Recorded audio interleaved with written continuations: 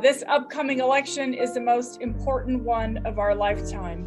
And the more Native voters that we can get registered now, the larger collective voice Indian country will have on issues that impact all of our communities. These leaders taught us that voting is not just important, voting is our power. Voting is sacred and must be treated accordingly. Our elders entrusted our generation as the keepers of this power, and if we don't protect it, then, as Representative Lewis stated, it could be taken away.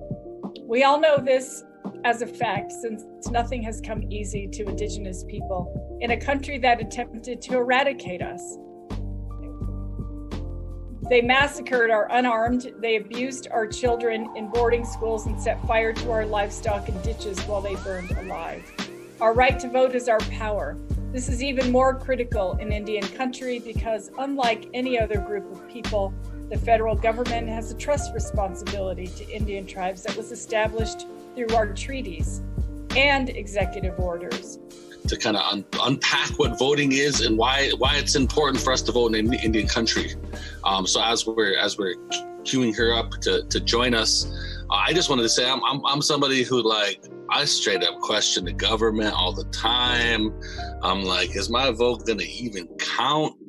All the stuff that we go through as Indigenous people. But I just wanted to share that the way that I look at it is it's one mechanism. It's one tool and one mechanism to create change. It's not the end all be all forever, but it's one mechanism, a strategy, and tool that's at our disposal. So we should use it. We should use it to create change. We have a say-so in who some of the leaders are, and it creates us a way to elect them, and it creates us a way for us to keep them accountable. Do I think it's going to change all of the problems facing Indigenous communities? Probably not, but it's a fundamental way for us to get there. So voting, of course, helps impact who's there at the decision-making table, and then all the other ways that we, do community engagement, reach out to folks, make sure that people are that their voices are heard. Because my job now as an elected is to listen to people, really. And for too long, we didn't have people who were in office who were listening to folks. Everybody's always trying to be somebody else's voice. Native people don't need somebody else to be our voice. We need people who are in decision-making positions to be listening. Because we're Indians, we like to do things together. Hey, I don't want to go alone, jeez. Come with me. Yeah. I know that's how I am. So I'm not gonna go alone. I'm gonna go pick people up and have them come with me. And I have a lot of cousins too. So, and they won't deny me because I'll throw in, well, let's go eat after that. So you know how us Indians are right away. Oh, we're gonna go eat? Okay then. And vote? All right then. So that's just an idea for you to pick up your cousins, pick up your friends, pick up your neighbor. Maybe if you know somebody doesn't have a vehicle, just get a package of those masks and say, get in, pass around that hand sanitizer, and go to the voting polls and just make it a little voting party. Cannot be understated that we stand on the shoulders of ancestors who fought to their last breath to protect our people, our way of life, and our lands. We've inherited their legacy and we benefit from all of their sacrifices so that we can be here today. And what we're going to talk about on this panel about building collective power are the many different nuances and complexities of who we are as Indigenous people who are standing on colonized lands, who have endured a long history of oppression and marginalization, and yet we're talking about participating in a system that intended to erase us. And so this panel, we're really going to dig deep into unpacking what that means for us. What does that mean for this movement time that we're in this time of COVID, and this time of standing up for racial justice and social justice? I think for me, reconciling it has to do with being honest that the system exists, and that as long as the system exists, having political power within that system is necessary to help dismantle that system. So I am of the firm belief, like Audre Lorde says, that the master's tool cannot, dismantle the master's house. But I sure as heck think that we can take some sledgehammers and put holes in it, right? And I also think that it's important that we recognize that while this system exists, it will continue to threaten our sovereignty. It will continue to try to erase us. It will continue to demand that we stay on the margins and that we don't have access to power within that system. However, I don't believe that this is the way that we get to the indigenous future that we hope for, right? I think that there's on the ground work that we have to be consistently doing. I think that there are things that we need to be doing in our communities to uplift one another, because the system is never going to uplift us. And so for me, it's like this parallel work of voting, because I know the importance of the political power that we can have within the system. But on the outside of that, I'm looking towards something that doesn't require the system. When they are taking our rights away, policing our bodies, easy we go. It's repeating on it and on. Because the healing has to continue. And it is about voting, and it is about the environment. It is about healing. It's about recognized violent structures, but above all, it's about recognizing what parts of colonization that still exist inside of your body, your spirit, and your mind.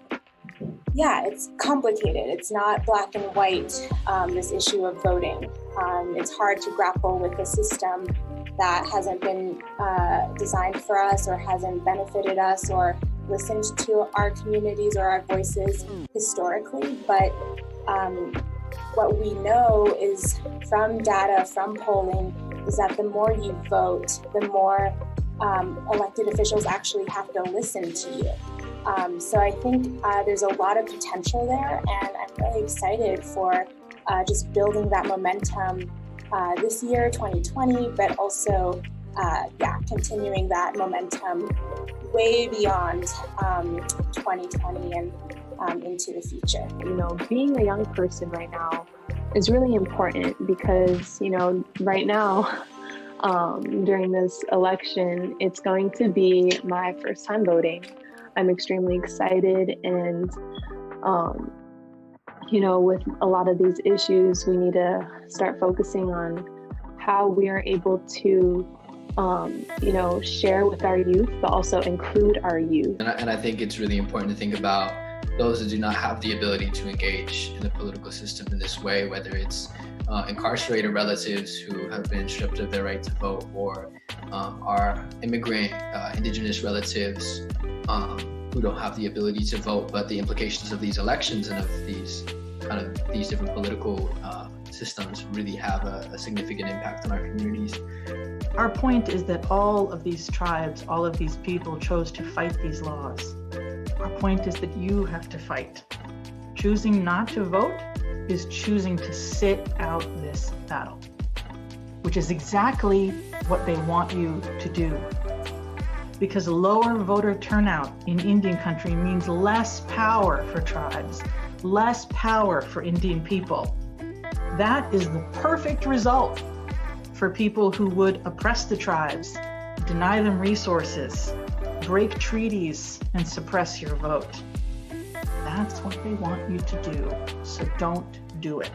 Like it or not, everything is political.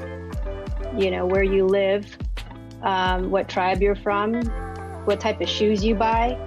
There's this, like, you know, with globalization, we are all connected and everything's highly political. Beyond these colonial borders of this nation state, we also need to consider all of our indigenous brothers and sisters in other parts of the world, Central America, South America, Africa, Asia, Europe, who look at our elections closely because our outcomes here politically have consequences for them. Climate change doesn't care what color you are. It doesn't care if you're black, brown, if you're rich or poor, that we are all going to be negatively impacted. For anyone that doesn't know, frontline communities are those that experience the consequences of climate change and environmental degradation and pollution first and with the most intensity. So the Gwich'in people, the 32 communities that you mentioned, that is a key. That's just like, that's it. That's here. Climate change is real. Land back means returning to stewardship, returning to a stewardship relationship to land. And if you're really listening to the land, then I think what ends up happening is we share a collective vision and understanding of what needs to happen on that land. And so what's at stake for Land Back is that whoever gets elected gets to choose who leads the Department of Interior, who leads IHS and BIA. They get to decide who is going to be leading the EPA and the Bureau of Land Management. All of these agencies that are making decisions on behalf of Indian people, whether we like it or not, they're making the decisions, right?